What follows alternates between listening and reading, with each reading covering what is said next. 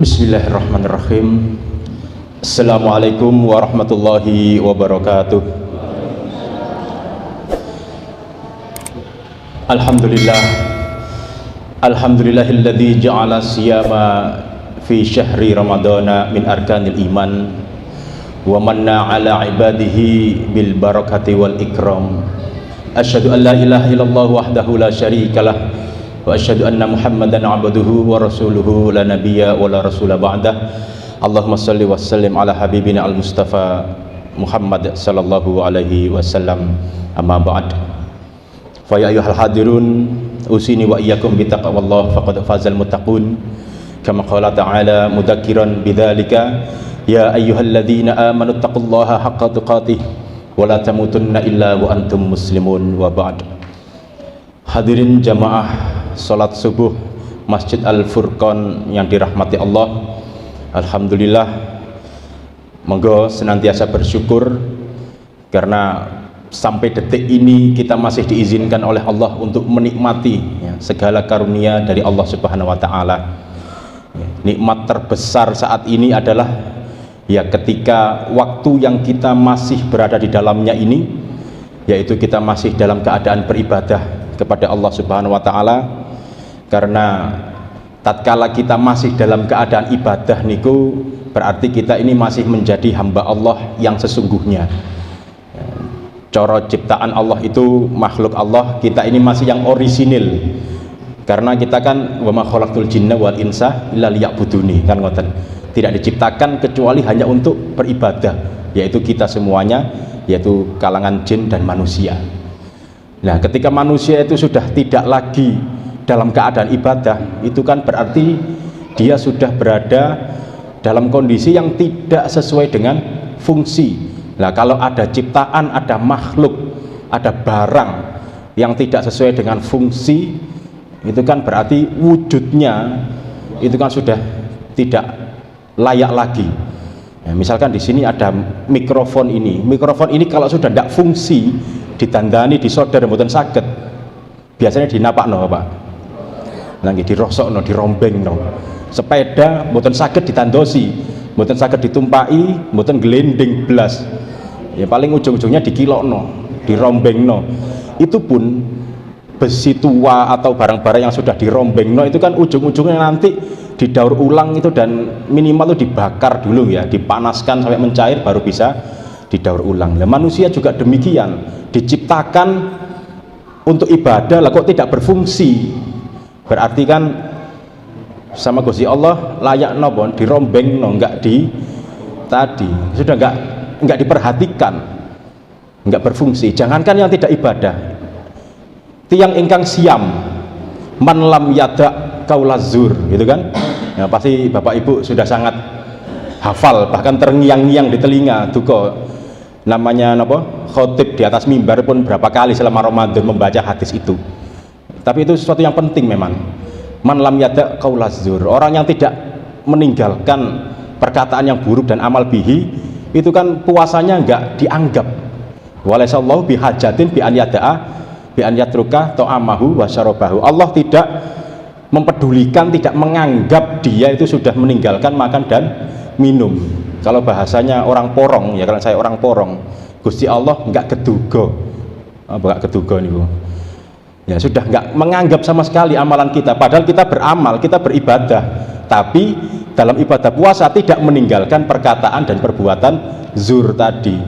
Yang kalau Kiai Abdurrahim Nur almarhum menafsirkan man lam yada ini bukan meninggalkan, tapi membuang. Kalau meninggalkan, sekarang saya meninggalkan rumah ke sini. Lah kalau sudah selesai hajat di sini kan kembali kan ngoten. Dimaknai begitu. Tapi kalau membuang, ya, misalkan mos ini sudah nggak berfungsi, saya buang, berarti kan saya tidak akan mengambil lagi.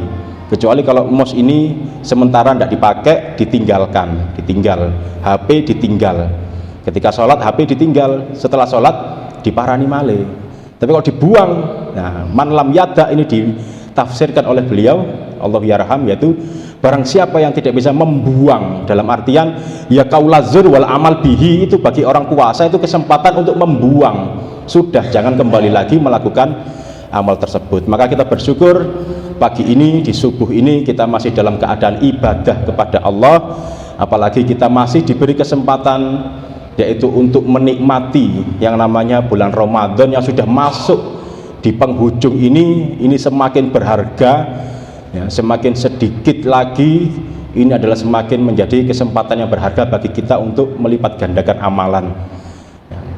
Ada syair itu yang berbunyi tamatta min syamimi arori najdin fama ba'dal asyiyati min aror. Itu tamatta, nikmatilah wanginya bunga aror, dan setelah waktu isya tidak ada lagi wangi bunga aror. Jadi aror itu nama bunga yang konon kisahnya itu tumbuh di daerah Arab sana, yang hanya mengeluarkan wangi semerbak hanya sekitar ba'da maghrib, waktu antara maghrib sama isya ya. Maka tamat min syamimi arori najdin, nikmatilah semerbaknya wangi bunga aror di Najd, yaitu kenapa? Karena wama ba'dal asyiyati, setelah waktu isya tidak ada lagi semerbaknya. Jadi barang siapa yang ingin menikmati, menghirup wanginya bunga aror, ya datang ketika waktu antara waktu maghrib dan isya. Setelah waktu isya bunganya masih ada, tapi wanginya sudah tidak ada. Dan ini sering dipakai oleh para ulama untuk mengkiaskan, menganalogikan hari-hari yang tersisa di bulan Ramadan. Kalau kita ingin menghirup wanginya Ramadan, ya kita hirup dalam-dalam ketika kita masih berada di dalam bulan Ramadan, karena setelah Ramadan sudah tidak ada lagi semerbak wanginya. Sholat malam setelah Ramadan masih ada, sholat malam masih bisa dilaksanakan ya. Mungkin bapak-bapak, ibu-ibu ini masih istiqomah meskipun di luar Ramadan tetap sholat malam bisa, tapi wangi semerbaknya sudah tidak seperti ketika Ramadan, yang dimana di 10 hari terakhir ini kita punya kesempatan lailatun khairun min alfi syahrin. Siam nggih sami mawon, siam di luar Ramadan masih mungkin kita lakukan, tapi semerbaknya, nilainya ya, fadilahnya sudah tidak seperti Ramadan lagi. Infak, sedekah ya, ibadah-ibadah seluruhnya masih bisa. Setelah Ramadan masih ada ibadah-ibadah itu, tapi wangi semerbaknya sudah tidak seperti bulan Ramadan. Maka kita harus tamatta. Ketika kita masih punya kesempatan menghirup wangi semerbaknya bulan Ramadan, kita harus tamatta. Kita harus benar-benar tamatta. Itu bisa dimaknai mata itu kan menikmati ya. Atau orang yang jalan dengan pelan-pelan terus menggunakan kesempatan dengan baik, itu juga menikmati. Tamatta ya, tamatta ya, itu kan menikmati. Maka kita nikmati betul-betul, kita hirup dalam-dalam wanginya bulan Ramadan selagi kita masih berada di dalamnya. Nah, maka monggo kita syukuri bersama di pagi ini kita masih bisa menikmati ya wanginya bulan Ramadan ini, yaitu sudah di hari yang ke-23. Ini luar biasa, Allah masih memberikan kita kesempatan. Siam niki sudah masuk ya, 23. Ini luar biasa. Ini sesuatu yang harus kita syukuri, meskipun kita ini umat akhir zaman. Umat akhir zaman itu kan usianya relatif sangat pendek kalau dibanding dengan umat terdahulu. Umat terdahulu kan kalau kita lihat enak Pak, mereka beribadah itu ratusan tahun, karena usianya kan ratusan tahun. Menyembah kepada Allah, beribadah kepada Allah ratusan tahun. Bayangkan betapa panjangnya waktu itu. Dan kita umat akhir zaman pun cuma diberi waktu untuk beribadah hanya beberapa puluh tahun saja. Mungkin yang sekarang usianya 60 ya paling tidak merasakan ibadah ya 50 tahun, karena mungkin 1 sampai 10 belum balik.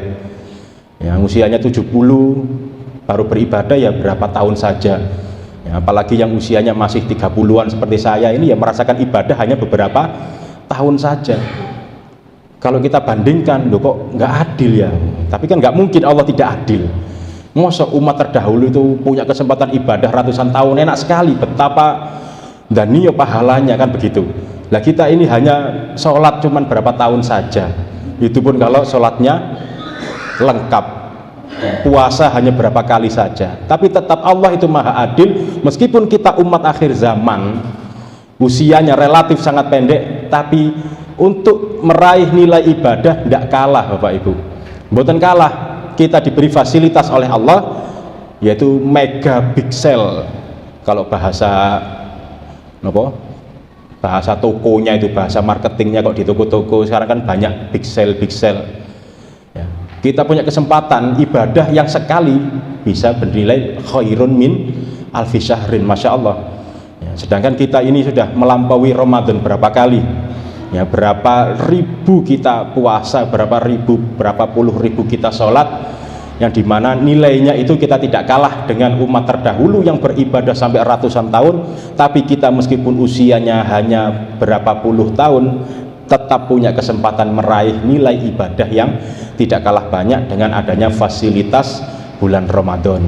Maka kita juga perlu bersyukur atas nikmat ini, luar biasa nikmat Islam, nikmat iman. Apalagi Bapak Ibu yang datang ke masjid ya, iktikaf, qiyamul lail, sholat subuh, bahkan sholat subuh tidak pulang ngaji seperti ini.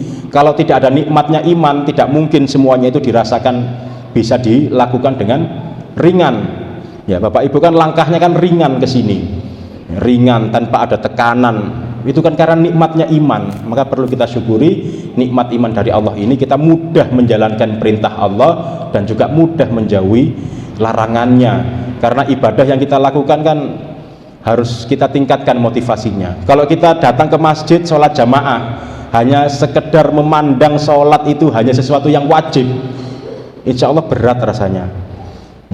Panas, apalagi sekarang ini cuacanya, kalau zuhur itu kan panas ya. Mungkin kalau Bapak Ibu zaman sekarang mungkin semangat ke masjid karena masjidnya dingin ya, masjidnya adem, tapi kan tetap berat untuk beranjak melakukan sholat jamaah, melakukan siam. Itu berat kalau kita hanya memandang semuanya hanya sekedar kesempatan, kewajiban. Tapi kalau semua kesempatan ibadah itu kita pandang sebagai peluang, maka tidak ada lagi yang namanya keberatan. Namanya pemain bola itu kalau sudah bisa merebut bola dari lawan, itu kan berarti dia punya peluang untuk mencetak gol. Itu kan sekuat tenaga, bukan peduli tenaganya tinggal berapa persen, yang penting kalau sudah berhasil merebut bola, digiring, dan juga nanti dia akan mencari peluang, ya apa carane bola ini sampai ke gawangnya lawan. Itu kalau orang memandang sesuatu kesempatan itu sebagai peluang ya. Dia orang pemain bola tidak menganggap ini kewajiban saya yang giring bola, tidak, tapi dia menganggap itu peluang, wis kadung kecekel bola ini ya, peluang. Nah, maka kita pandang kesempatan ibadah itu sebagai peluang Bapak Ibu ya, peluang. Ketika kita mendengar waktu adzan, ini peluang, mugi-mugi sholat yang kali inilah sholat yang terbaik. Nah kan gitu, semoga taklim ngaji kali ini ngaji yang terbaik yang menjadi syafaat di akhirat nanti. Kita anggap itu peluang-peluang. Kalau itu kita anggap semuanya sebagai peluang, insya Allah tidak ada lagi yang namanya keberatan dalam menjalankan ibadah. Maka kita tingkatkan ya, motivasi kita untuk menyembah Allah ini adalah sebagai peluang untuk meraih kebaikan. Kalau hanya sekedar kewajiban ya, mungkin adik-adik yang TK SD juga sudah paham kalau sholat itu wajib ya. Motivasi ibadah kita itu tidak ada peningkatan sejak kita mengenal sholat, mengenal puasa sampai kita sudah berpuasa ribuan kali kan. Bapak Ibu ini kan sudah melaksanakan ibadah ini sudah luar biasa ya. Kalau dibandingkan dengan saya yang masih muda, mungkin bapak-bapak lebih banyak ibadahnya, lebih banyak nilai ibadahnya, lebih banyak pahalanya, lebih banyak ilmunya, ngajinya lebih lama dibandingkan dengan mungkin saya di sini atau Mas Ardi ini masih muda ya, lebih banyak, tapi dosanya lebih banyak jenengan daripada saya. Ngoten ya, kan umur saya masih 30-an, jenengan sudah 50-60, dosanya lebih banyak, tapi pahalanya juga lebih banyak. Itulah cara orang sufi itu memandang orang tua, orang muda itu begitu. Jadi pandanglah orang tua itu, hormatilah karena dia lebih duluan beriman, dia lebih banyak pahalanya, lebih banyak ilmunya, banyak amalannya.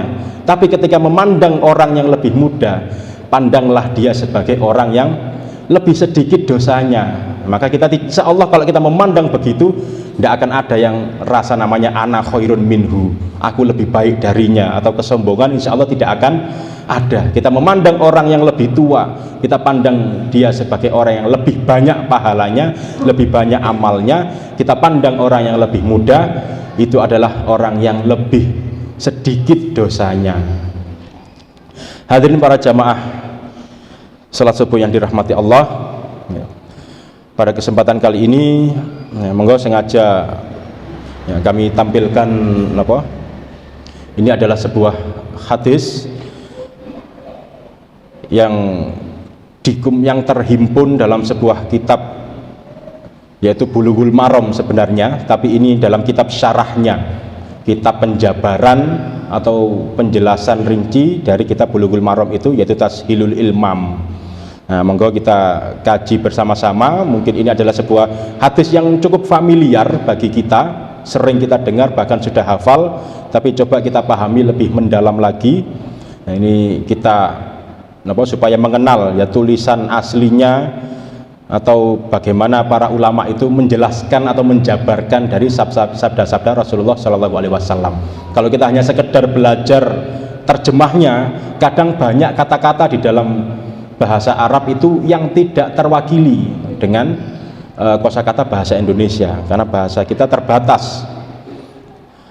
Maka di sini adalah yang terhimpun dalam sebuah babul birri wasilah, ya, babul birri wasilah, yaitu bab tentang albir. Ya, albir itu adalah kebaikan, wasilah, silah itu adalah hubungan.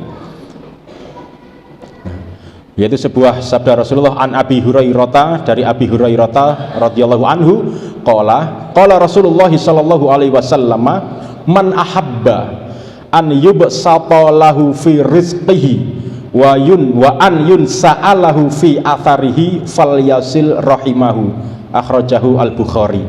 Tentang silaturahim.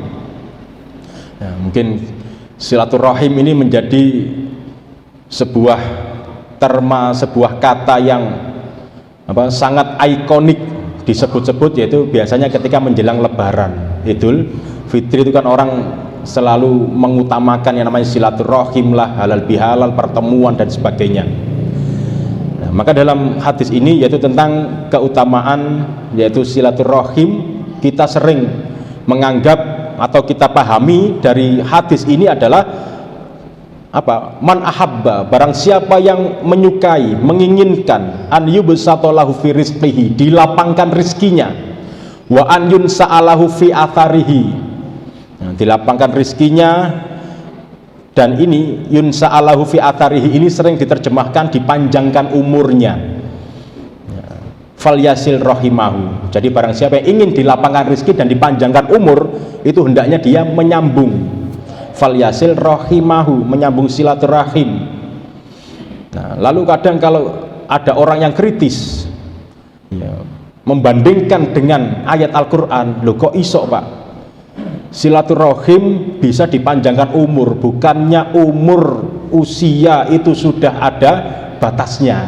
Nah, apakah bertentangan ini dengan ayat tentang ajal? Padahal ajal itu tidak bisa la yastakhiruna sa'atan wala yastaqdimun, ya kan, idza jaa ajaluhu. Kalau sudah datang ajalnya tidak mungkin dimajukan apalagi diundur. Sedangkan hadis ini menjelaskan kalau ingin dilapangkan rezeki dan dipanjangkan umur disuruh silaturahim. Nah, monggo kita teliti ya sedikit pelan-pelan. Babul birri wasilah, babul birri wasilah, al birru bikasril ba'i al muradu bihi, maksudnya adalah al birru maknanya al khairu, wa amma al birru bi fathil al barra bi fathil ba, apabila al barra dengan ba yang di fathah, fal murad bihi kathirul ihsan. Ada al birru, ada al barra. Kalau al birru itu adalah al khair, tapi kalau al barra itu kasratul ihsan, banyaknya, kathirul ihsan yaitu banyaknya kebaikan, banyaknya sifat ihsan. Wa katsirul khair atau kasirul khair, banyaknya kebaikan, hampir sama. Wa huwa min asma'illahi subhanahu wa ta'ala, dan dia dari salah satu asma'illah, nama Allah subhanahu wa ta'ala. Inna kunna min qablu nad'uhu innahu huwa al-barrur rahim. Al-barru itu salah satu dari sifat atau nama Allah. Nah, yang kita bahas di sini adalah al-birru wal murad huna al-birru bi kasrin, bil kasri, al-birru dengan kasrah di huruf ba, yaitu khisalul khair wal birru diddul ithmi, yaitu nilai kebaikan dan juga lawan dari al-ithmi. Al-ithmi itu buruk. Al-ithmu huwa asyarru, al-ithmu itu adalah asyarru, yaitu keburukan, wa khisalus syirri, dan nilai-nilai yang buruk. Wasilah, silah bikasri sod, dengan kasroh pada huruf sod, as-silah al-muradu biha silatul arham wahya tiddul qati'ah, maknanya yaitu silatul arham, menyambung, ya, rohim jamak dari rohim yaitu arham, wahya tiddul qati'ah, lawan daripada memutus.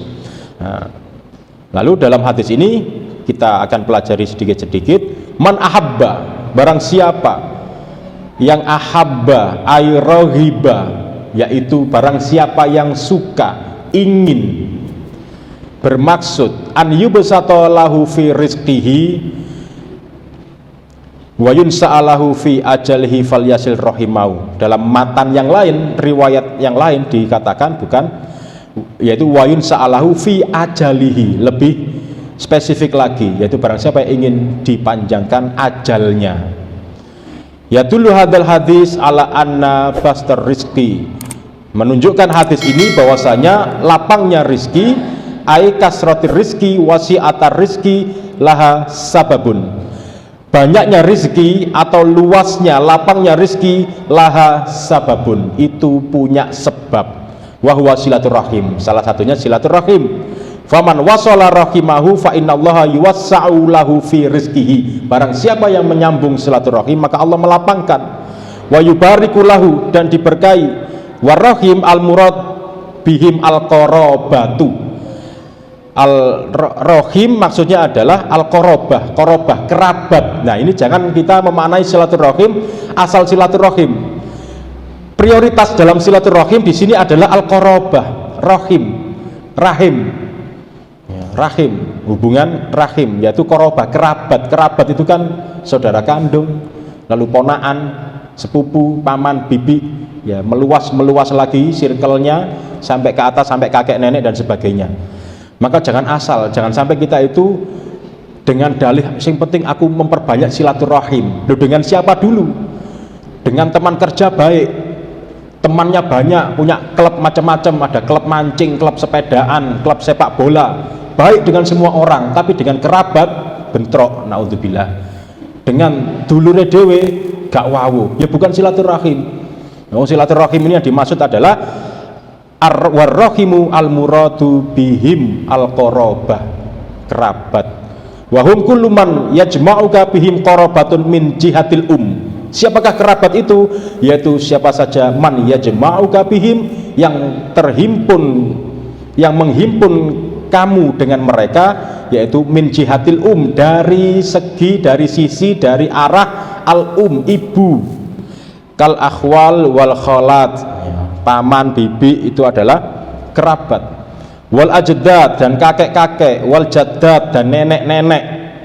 Au min jihatil abi, dari sisi bapak, kal a'mam wal amat, ya, sama, ini adalah paman, bibi dari arah bapak. Wal ajdad wal jaddad, dan kakek nenek. Wa abna'i haula, dan anak-anak mereka, anak-anaknya paman, anak-anaknya bibi. Kalau bahasa kita napa? Sepaha, sepupu. Sepupu, misanan. Terus enten malih min doan, napa malih? Min doan niku no kados tempe diiris cilik-cilik niku, tipis-tipis. Itu mendoan. Abnail a'mam wa abnail akhwal, anaknya paman-paman dan anaknya bibi. Kulluhum yashmaluhum ismul qarabah wa ismur rahim. Maka mereka itulah yang dimaksud qorobah, kerabat. Jadi silaturahim ini circle-nya adalah, lingkarannya adalah, lingkupnya ya lingkup ini dari sisi saudara, dari sisi ibu dan sisi bapak. Maka tidak bisa silaturahim itu dimaknai di luar itu. Yang diprioritaskan itu disambung silaturahimnya mereka itu. Ya, jangan sampai kita ini baik dengan orang luar yang tadi punya kelompok di mana-mana, teman ngopi banyak, teman mancing banyak, baik semuanya dengan mereka, tapi justru dengan keluarganya sendiri kurang baik, naudzubillah. Walahum haqqun alaika, dan mereka itu punya hak atasmu. Fa in attaita hadzal haqq fa inna dzalika yusabbibu laka al khair. Jika engkau menunaikan hadzal haqq, haknya mereka yaitu hak silaturahim, fa inna dzalika yusabbibu laka al khair, maka hal itu yang menyebabkan bagimu al khair, kebaikan bagimu fid dunya wal akhirah, dunia akhirat.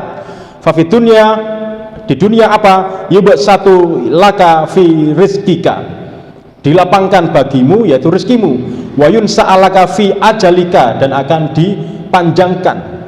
Nah, insa'ala itu kan berkelanjutan, berlanjut ajalmu, dipanjangkan umurmu. Wa fil akhirah laka ats-tsawab, dan di akhirat jelas bagimu sawab. Sawab yaitu imbalan kebaikan, imbalan baik, atau bahasa kita pahala. Wal jannah indallah, surga dari Allah Subhanahu wa taala. Fa innallaha subhanahu wa ta'ala wa'adal ladzina yasiluna ma amarallahu bihi an yusalla wa'adahum bil jannah fil akhirah. Dan Allah sudah berjanji, wa'ada, berjanji, alladzina yasiluna, bagi siapa saja yang menyambung apa yang diperintahkan oleh Allah, ma amarallah. Ya, jadi apa yang diperintahkan Allah untuk menyambungnya lalu kita sambung, maka Allah menjanjikan yaitu bil jannah fil akhirah, surga di akhirat nanti.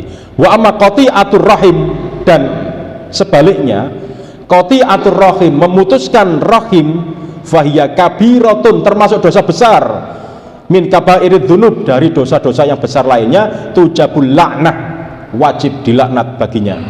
Kama qala ta'ala, fahal asaitum in tawallaitum an tufsidu fil ardi wa tuqatti'u arhamakum. Yaitu orang-orang yang tufsiduna fil ardi, yang perilaku kalian merusak, membuat kerusakan, fasad di muka bumi, wa tuqatti'u arhamahum. Nanti di hadis yang kedua setelah hadis ini, di bab silah itu nanti ada la yadkhulul jannata qati'ur rahimin, tidak masuk surga orang yang memutus silaturahim. Yaitu silaturahim dengan siapa? Dengan kerabat. Kalau sengaja orang itu memutus, maka la yadkhulul jannah, tidak masuk surga. Maka ini adalah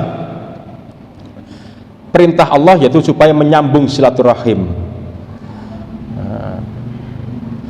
Wa fi hadzal hadis, dan di hadis ini, anna silaturahim itu sabbibu lil insan sa'atar rizki, silaturahim bisa menyebabkan bagi seseorang yaitu lapangnya rizki, wa annahu yubaraku lahu fi rizkihi, dan diberkahi baginya rizkinya, wa yubsatu lahu fi'ni yuwassa, yubsatu artinya adalah yuwassa, dilapangkan, wa annahu yunsa'alahu yakni yuakhkhar fi ajalihi, di yunsa'alahu artinya yuakhkhar, diakhirkan, dipanjangkan ajalnya. Walakin hadza fihi iskalun, tetapi di dalamnya ada iskal. Iskal yaitu keraguan, kegundahan, perbedaan pendapat. Ma'a qaulihi fa idza jaa ajaluhum la yastakhiruna sa'atan wa la yastaqdimun.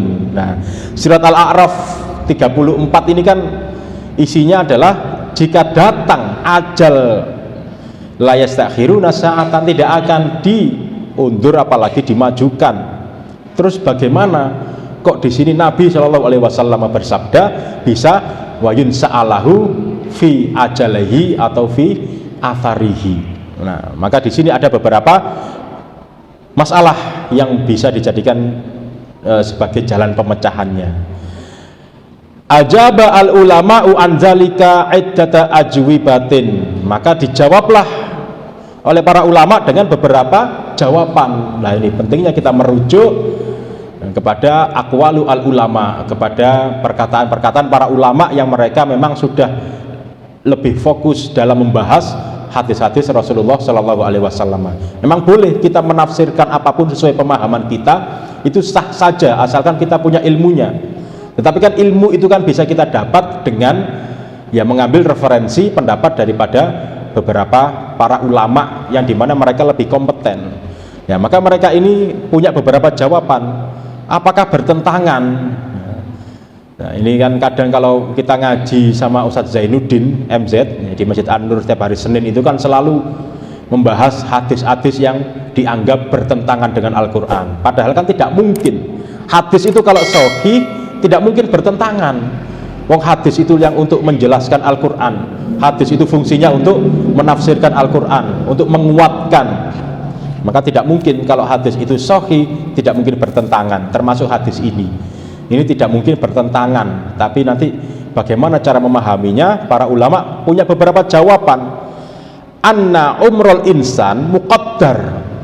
Umurnya manusia itu sudah muqaddar, sudah ada kadarnya, sudah ditakdirkan. La yuzadu wa la yunqas, tidak mungkin bertambah dan tidak mungkin berkurang. Walakinna idza wasala rahimahu, tetapi jika seseorang itu menyambung rahimnya, menyambung silaturahim, fa innallaha yubariku lahu, Allah akan memberkahi baginya fi umrihi bit ta'ah wal khair, memberkahi umurnya dengan ketaatan dan kebaikan. Barokah itu kan artinya ziyadatul khair, tambahan kebaikan, maka kebaikannya akan ditambah. Fa makna annahu yunsa'alahu fi ajalihi, bimakna artinya yunsa'alahu fi ajalihi adalah annahu yubaraku lahu fi umrihi, umurnya diberkahi oleh Allah Subhanahu wa taala. Fayastamiluhu fil khair, umurnya digunakan dengan kebaikan. Secara usia, ya, usianya dalam hitungan tahun, hari, jam, detik sudah tetap, tidak mungkin berubah. Tapi isinya, isi daripada umurnya, nah itu yang berkah, yang bertambah menjadi lapang. Wal umru in kana qasiran idza ustumila fil khairi, dan umur wa in kana qasiran, jika dia pendek, idza ustumila, jika dipakai digunakan fil khair untuk kebaikan, fahuwa tawil, maka dia menjadi panjang. Wa ma idza ustumila fis syarri, tetapi apabila dipakai dalam keburukan, fahuwa qasir, qasir artinya pendek. Wa in kana tawilan, meskipun umurnya panjang. Umur meskipun pendek tapi digunakan dalam kebaikan, maka dia panjang. Tetapi meskipun umur panjang tapi digunakan dalam keburukan, maka dia pendek. Pun bingung antara panjang dan pendek. Umur yang pendek digunakan untuk kebaikan, maka dia panjang. Tetapi jika umur itu panjang digunakan untuk keburukan, maka dia pendek. Katanya jawaban yang pertama ini, yakni orang yang yunsa'alahu fi atharihi, yakni fi ajalihi, bima'na annahu yubaraku lahu fi umrihi wa yastaghiluhu bi ta'atillah. Maka orang-orang yang diberkahi umurnya oleh Allah karena dia menyambung silaturahim, maka dia akan menyibukkan kehidupannya, umurnya dengan taat kepada Allah. Fayaf'alul khair, maka menggunakannya apa? Wa bifi'lil khair, dan dengan perbuatan yang baik. Fayusabbibu lahu dzalika al ajru al azim, maka menyebabkan perilakunya dia yang melakukan kebaikan tadi, yaitu al ajru al azim, pahala yang besar indallah subhanahu wa ta'ala. Wa illa fal ajalu huwa kama qadarahullahu fil lauhil mahfuz la yazidu wa illa, tetapi jika tidak digunakan dalam kebaikan, maka ajalnya yaitu sudah seperti apa yang ditakdirkan oleh Allah di lauhil mahfuz, tidak bertambah. Maka dalam jawaban yang pertama ini, Allah yang maha berhak untuk memanjangkan umurnya orang tersebut yang berbuat baik. Orang yang berbuat baik di sini dan menggunakan usianya dengan kesibukan-kesibukan dalam ketaatan, maka Allah yang akan menambahkan usianya. Lalu al-qaul atsani, jawaban yang kedua, anna makna yunsa'alahu fi atharihi ala zahiri annahu yamtaddu yamtaddu fi hayatihi, yaitu dipanjangkan hidupnya, wa yatulu umruhu, panjang umurnya.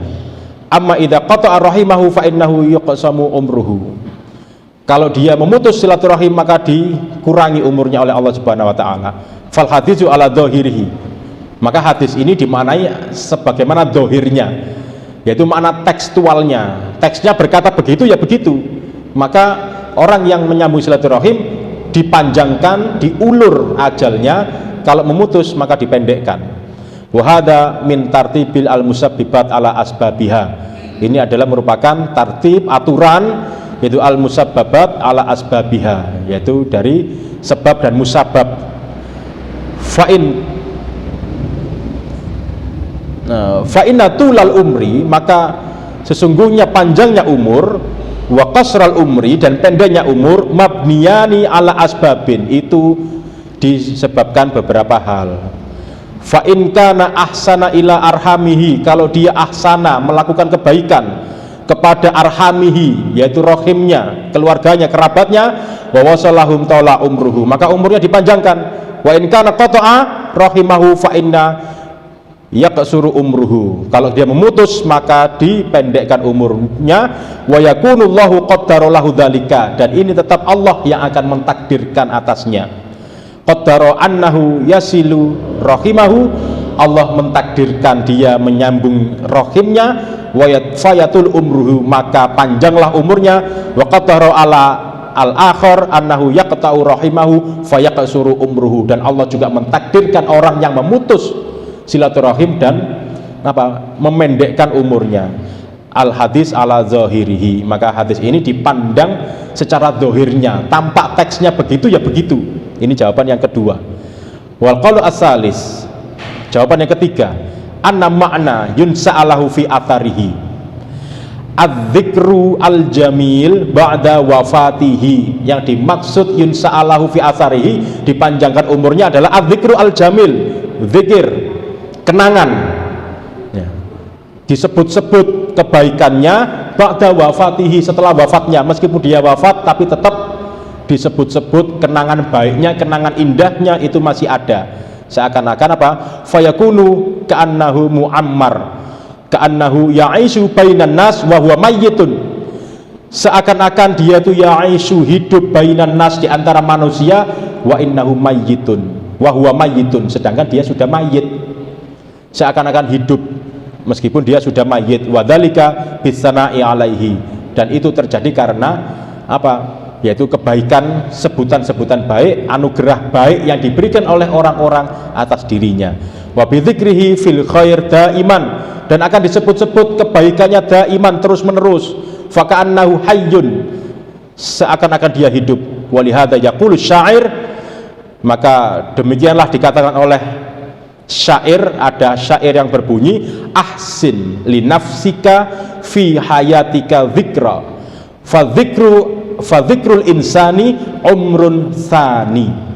Ahsin, perbaikilah untuk dirimu, fi hayatika, perbaikilah dirimu ya, berbuat baiklah di dalam hidupmu, yaitu zikra, fadzikrul insan, maka kenangan seseorang itu adalah kenangan baik, itu umur yang kedua.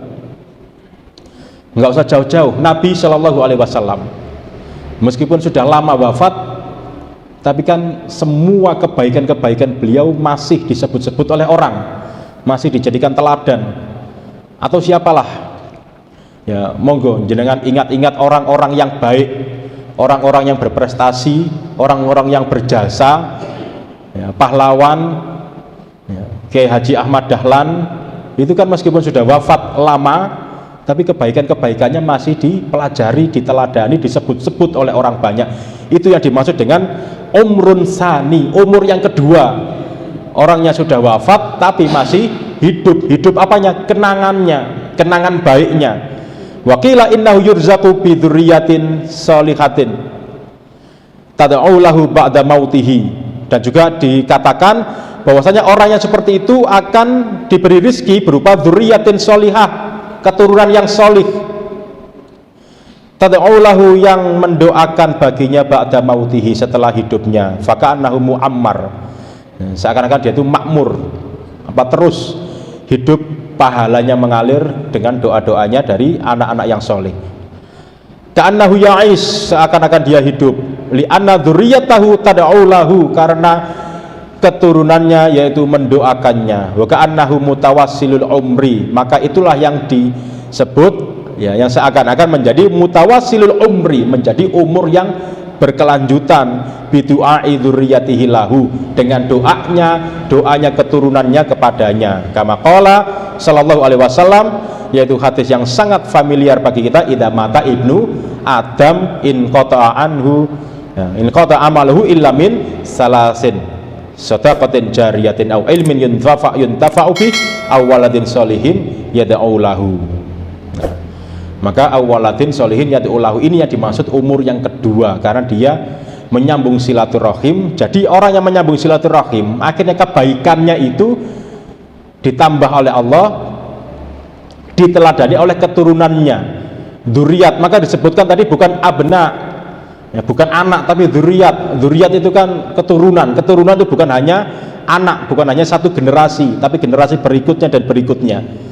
Nah, maka seorang kakek yang dia pandai dalam merawat, ngeramut silaturahim dengan cucu-cucunya, dengan cicitnya, nanti kan mereka anak cucu itu kan masih mengenang kebaikan kakek itu, dan mereka berdoa ya, kalau cucu-cucu itu adalah anak-anak yang soleh dan soleha, kan akan mendoakan, tidak hanya mendoakan ya, orang tuanya saja, tapi kan semuanya didoakan. Fa idza wasala rahimahu wa razaqahullah dzurriyyatan sholihatan tad'u lahu ba'da mautihi faka'annahu hayyun lam yamut. Dan apabila dia menyambung rahimnya, maka Allah memberikan rizki berupa dzurriyyat sholihah tad'u lahu, yang selalu mendoakan baginya ba'da mautihi, setelah wafatnya, setelah matinya, faka'annahu hayyun, seakan-akan dia hidup tidak mati. Nah, maka inilah yang dimaksud dengan silaturahim bisa memanjangkan umur, bukan berarti bertentangan dengan ayat tentang ajal, tapi yang dimaksud adalah umurnya itu berkah. Kan umur, makanya kalau dalam bahasa Arab kalau tanya usia itu bukan kam umruka, bukan berapa umur, tapi kam sinuka. Sinun itu kan sanah, tahun. Berapa usiamu, berapa tahun yang dimaksud. Kam sinuka artinya berapa tahun usiamu, karena sinun dan umrun ini beda. Umrun itu kan adalah amr itu kan urusan ya. Umur pakai ain itu kan urusan, berarti yang panjang ini adalah urusan dia, urusan hidupnya itu yang dilapangkan, dipanjangkan, sehingga meskipun usianya, sinunnya itu usianya itu hanya berapa sanawat, hanya beberapa tahun, tapi umurnya panjang, muammar, makmur terus, yaitu banyak peninggalan-peninggalan yang masih berkelanjutan, banyak jariyahnya orang ini yang silaturahim. Jadi usianya meskipun hanya berapa tahun, ya seperti hikmah tadi, kita kan umat akhir zaman usianya pendek, tapi rajin ibadah, diberi kesempatan oleh Allah, lailatun khairun min alfi syahrin. Meskipun usianya hanya 50, 60, 70 atau 100 tahun, tapi kan pahalanya khairun min alfi syahrin. Khairun min alfi syahrin itu kan kita tidak tahu berapa, bukan sama dengan 1000 bulan, tapi khairun itu lebih dari 1000 bulan. Lebihnya berapa? Wallahu a'lam bishawab. Nah, maka disitulah kita ya, kalau melakukan kebaikan, umurnya kita itu panjang ya karena tadi, dengan kebaikan-kebaikan itu maka kita dijadikan oleh Allah berumur panjang, meskipun sudah wafat tapi terus mendapatkan jariyah, mendapatkan pahala yang berkelanjutan ya, karena tadi salah satunya yaitu orang yang menyambung silaturahim, maka hidupnya akan baik, rezekinya dilapangkan, lalu umurnya dipanjangkan, yaitu banyak urusan-urusan kebaikan yang dia lakukan sehingga semuanya bermanfaat. Nabi kita Shallallahu Alaihi Wasallam meskipun usianya, beliau kan mengenal Islam, menjadi nabi, berdakwah tidak lebih dari 23 tahun, usianya tidak jauh dari angka 63, tetapi pahala beliau itu kan seakan-akan mengalahkan orang yang masih hidup, ya, mengalahkan dengan orang yang masih hidup di dunia. Coba berapa orang yang bersolawat kepada beliau Shallallahu Alaihi Wasallam, bahkan yang tidak bersolawat kepadanya ketika disebut namanya itu kan menjadi orang yang terlaknat, menjadi orang yang hina. Maka kita juga harus memikirkan hal ini. Silaturahim yang dimaksud adalah kita memperbaiki hubungan, yaitu rahim, ya, rahim dengan siapa? Kerabat, ya. Jangan sampai kita itu mementingkan hubungan kita dengan orang-orang yang jauh, orang-orang yang mungkin tidak ada hubungan kerabat dengan kita, sedangkan kerabat kita tidak kita perbaiki hubungannya, atau sengaja memutus, sengaja tidak mau bersilaturahim dengan kerabatnya karena ada sebuah konflik berkepanjangan. Nah, itu kan juga kena kepada hadis yang berikutnya ini, yaitu fala yadkhulul jannata qati'ur rahimin, tidak akan masuk surga orang yang memutus silaturahim. Maka jangan mudah-mudah merasa sudah bersilaturahim hanya karena punya banyak teman, punya banyak fans, ya, punya banyak macam-macam, tetapi dengan keluarganya, kerabatnya kurang baik. Maka Rasulullah SAW juga mencontohkan khairukum li ahlihi wa ana khairukum li ahli. Orang sebaik-baik kalian adalah yang baik bagi keluarganya, dan aku adalah orang terbaik bagi keluargaku. Kan begitu. Indikator kebaikan adalah sebaik-baik manusia bukan yang punya banyak teman ribuan di luar, bukan orang yang terkenal, punya banyak fans, banyak pengikut, punya banyak jamaah, tetapi di keluarganya sendiri bentrok, di keluarganya sendiri tidak baik. Bukan itu yang Nabi ajarkan. Adalah sebaik-baik manusia adalah yang tuntas hubungan kekeluargaannya di dalam keluarganya, yang tuntas komunikasinya di keluarga, dan aku adalah orang yang terbaik di keluargaku. Jadi Nabi itu tidak mau dan mendeklarasikan orang yang terbaik dengan keluargaku ya aku, tidak ada orang lain. Nah, maka hati-hati, jangan sampai di keluarga kita itu ada orang yang kebaikannya, interaksinya lebih baik daripada interaksi kita selaku anggota keluarga atau selaku kepala keluarga. Nah, jangan sampai anak kita itu diperlakukan lebih baik oleh orang lain.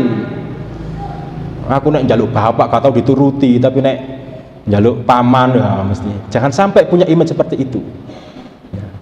Maka disitulah Nabi Ibrahim itukah apakah orang yang selalu di rumah? Kan boten. Nabi Ibrahim itu ditakdirkan oleh Allah, ditugaskan menjadi seorang kepala keluarga yang sekaligus seorang dai, sekaligus seorang suami yang jauh dari keluarganya. Tapi komunikasi beliau dengan keluarga tuntas. Ya, meskipun long distance, jaraknya jauh dengan keluarga. Maka Bapak Ibu, jangan menjadikan alasan seorang bapak kerjanya jauh dari rumah lalu komunikasinya dengan anak, dengan istri tidak baik atau kurang, alasannya jarang ketemu, atau pulangnya sebulan sekali, setahun sekali, lalu menjadikan alasan ini adalah sebab kenapa komunikasinya buruk. Tidak apa-apa. Seorang kepala keluarga, orang tua, bapak ibu itu boleh saja, ya, seorang laki-laki boleh saja dia mencari rezeki jauh dari rumah. Buktinya adalah Nabi Ibrahim jauh dari rumah, anak istri ditinggal di Mekah, beliau berdakwah di Palestina, bekerja juga di Palestina, sekaligus beliau punya banyak kewajiban sebagai suami, punya tanggung jawab atas istri dan anaknya, sebagai bapak punya tanggung jawab pendidikan anak, sebagai nabi punya tanggung jawab dakwah. Tapi anaknya bagaimana? Anaknya tumbuh menjadi anak yang sangat taat kepada orang tuanya, komunikasinya tuntas. Buktinya apa? Ketika diberi perintah oleh Allah untuk menggarap Ka'bah, menggarap Ka'bah itu kan banyak yang mengisahkan seorang anak tersebut adalah anak yang belum balik, masih kecil, tapi menawarkan bantuan kepada bapaknya dengan membawa hijr tadi, yaitu batu. Lalu ketika bapaknya bermimpi, anaknya langsung menjawab, langsung percaya. Seorang anak percaya dengan bapak, berarti kan komunikasinya tuntas. Berarti kan pengasuhannya tuntas, anak percaya dengan bapak, tidak kehilangan kepercayaan. Kalau anak sekarang mungkin, ya mungkin kalau anak itu tidak percaya dengan bapak, nak bapak mah bengi ngipi nyembelih sampean, pak watai ngipi aja dipercaya, iku lak ngipi ya pak, sampean iku ono ae, pasti begitu. Tapi ini tidak seorang Ismail. Apa yang dikatakan? Ya, beliau sangat mempercayai, ya, dan juga menganggap mimpi bapaknya itu adalah misi ibadah, misi dakwah. Maka si anak ini faham. Juga termasuk Nabi Yusuf menceritakan mimpi kepada bapaknya, kan curhat. Kalau anak bisa curhat, punya masalah, curhat kepada orang tuanya, berarti kan komunikasinya kan tuntas, berarti kan dia komunikasi dengan anak baik. Ya, masalah ngimpi dicurhatkan kepada bapaknya. Ya, maka jangan sampai anak-anak kita, ya usini wa iyyakum, keluarga kita justru menyampaikan permasalahannya kepada orang-orang di luar rumah. Mungkin karena bapaknya, ibunya komunikasinya kurang baik. Kalau ada anak yang punya masalah tidak didengarkan, ya, tidak diapresiasi kebaikannya. Nek salah tok diseneni, tapi kalau dia baik tidak diapresiasi, itu kan bahaya. Maka anak akan mencari perhatian di luar. Punya masalah curhat sama temannya. Mending kalau temannya baik, temannya bandar narkoba beda urusan. Nek curhat kepada takmir masjid, kepada imam masjid masih mending. Ya, dijak ngaji, dituturi.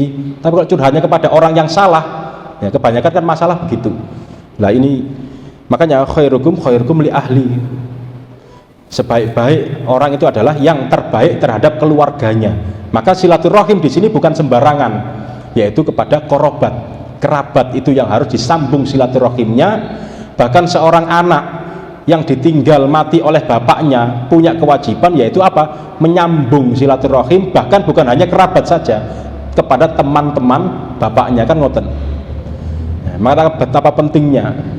Jadi jangan sampai kita itu punya banyak kawan, baik dengan kawan kerja, baik dengan kawan mancing, baik dengan kawan bal-balan, baik dengan kawan ngopi, tapi justru dengan kerabat sendiri, dengan urusan-urusan biasanya itu apa yang bikin rame dalam keluarga itu, yang bikin gak wawu. Nah, entah itu urusan harta, warisan atau apa, gara-gara itu akhirnya putus silaturahim. Nah, maka tidak ada gunanya kita kalau baik dengan banyak orang tetapi dengan keluarga sendiri kurang baik. Monggo usini wa iyyakum. Nah, mungkin momen biasanya kalau Idul Fitri, Lebaran, tradisi, budaya, ya meskipun bukan bagian dari syariat, tapi kan ini budaya baik dalam bangsa kita, itu kan silaturahim, unjung-unjung. Maka monggo, tidak apa-apa kita gunakan momen itu. Yang kita utamakan adalah kerabat. Kita perbaiki hubungan kita dengan kerabat sebagaimana perintah silaturahim ini adalah kepada kerabat terlebih dahulu, sehingga kita menjadi hamba Allah itu yang benar-benar, yaitu dilapangkan rezeki dan juga dipanjangkan umur dengan silaturahim tersebut. Maka dilapangkan rezeki ini kan banyak. Orang kalau terkoneksi dengan yang lain, semakin erat silaturahimnya, itu kan sumber rezeki itu kan ada saja. Gara-gara kan sering rezeki itu terbuka ketika kita bertemu dengan orang, bertemu dengan saudara. Nah, maka usini wa iyyakum bittaqwallah. Ya, kita perhatikan lagi, kita refresh kembali, ya, pemahaman kita terhadap silaturahim itu kita jaga, jangan sampai terputus. Ya, semoga kita ini menjadi orang-orang yang benar-benar dilapangkan rezeki kita dan diluaskan umur. Meskipun umur kita sudah muqaddar, sudah ditentukan oleh Allah, tapi nilai isi dari umur itu dibuat untuk kebaikan. Kan kita nanti kalau dihubungkan lagi, ya, dengan hadis yang lain, la yazulu qadama abdin, tidak akan berpindah, ya kan, tidak akan bergeser kaki seorang hamba itu di akhirat kecuali setelah ditanya tentang 4 hal. Salah satunya adalah untuk apa umurnya digunakan. Maka kalau umur kita gunakan untuk kebaikan, maka kita akan pede mempertanggungjawabkan umur itu di hadapan Allah. Dan pantas umur kita itu ditugaskan oleh Allah untuk ibadah, ya kita kembalikan umur nanti pertanggungjawabannya adalah laporannya untuk ibadah. Kalau kita mengajukan proposal anggaran digunakan untuk bangun masjid, maka laporan kepada penyandang dana, yo laporan pembangunan masjid. Lah kita ini umur kita diberikan oleh Allah untuk ibadah, nanti kita rekapannya di hadapan Allah adalah harus benar-benar untuk ibadah kepada Allah Subhanahu wa taala. Mugi-mugi sisa waktu Ramadan yang kita tidak pernah tahu, meskipun Ramadan tinggal 7 hari Pak nggih. Tapi kan kita tidak tahu bisa puasa sampai 7 hari apa tidak. Yang penting adalah kita senantiasa memandang setiap kesempatan ibadah adalah sebagai peluang. Kita dengar adzan, Masya Allah, Alhamdulillah, terima kasih ya Allah, ini peluang. Semoga sholatku ini adalah sholat terbaik. Diberi kesempatan sahur, kesempatan puasa, bismillah, semoga puasa ini puasa terbaik. Kalau puasa kita dicukupkan sampai hari ini dan ini menjadi puasa terbaik, maka layak kita mempertanggungjawabkan di hadapan Allah. Kalau besok masih diberi kesempatan puasa, semoga puasanya lebih baik dan bisa mempertahankan pahala puasa yang sudah kita lakukan. Maka tidak henti-henti kita memohon kepada Allah, Allahumma taqabbal minna innaka antas samiul alim. Ya Allah, terimalah, karena kita tidak tahu apa yang sudah kita lakukan, ibadah-ibadah itu masih bernilai ibadah atau tidak, kita tidak tahu. Kita hanya bisa memohon kepada Allah, moga-moga diterima. Dan dosa-dosa yang terlalu kita tidak tahu diampuni atau tidak, maka kita berusaha untuk selalu memohon ampunan kepada Allah. Maka di penghujung Ramadan ini disyariatkan untuk meminta kepada Allah, yaitu Allahumma innaka afuwun tuhibbul afwa fa'fu anni. Semoga dosa-dosa kita yang pernah kita lakukan itu diampuni oleh Allah, dimaafkan, dan kita kembali kepada Allah dalam keadaan yaitu sebagaimana Allah menciptakan kita di atas fitrah sebagai orang yang senantiasa beribadah kepada Allah Subhanahu wa taala. Ya, mungkin ini sedikit ya, ilmu yang bisa kita telaah kembali. Mungkin ini adalah sebuah hadis yang sangat familiar, mungkin sudah biasa didengarkan oleh Bapak Ibu, apalagi Bapak Ibu yang sudah puluhan tahun ngaji, tetapi perlu untuk kita tinjau kembali, kita review kembali, dan kita mentajdid diri kita, selalu memperbarui semangat dalam beribadah. Semoga kita menjadi hamba Allah yang benar-benar diterima ibadahnya dan menjadi hamba yang bertakwa. Dengan takwa itu maka kita mendapatkan janji-janji Allah Subhanahu wa taala. Oke, kami cukupkan sekian. Mohon maaf apabila di dalam komunikasi, dalam penyampaian ada hal-hal yang kurang berkenan di telinga dan di hati Bapak Ibu hadirin sekalian. Semoga majelis kita pagi ini adalah majelis yang terbaik, yang layak untuk kita persembahkan kepada Allah Subhanahu wa taala. Aku qouli hadza astaghfirullah li wa lakum. Mari kita akhiri dengan kafaratul majlis. Subhanakallahumma wa bihamdika asyhadu alla ilaha illa anta astaghfiruka wa atubu ilaik. Billahi fi sabilil haq. Assalamualaikum warahmatullahi wabarakatuh.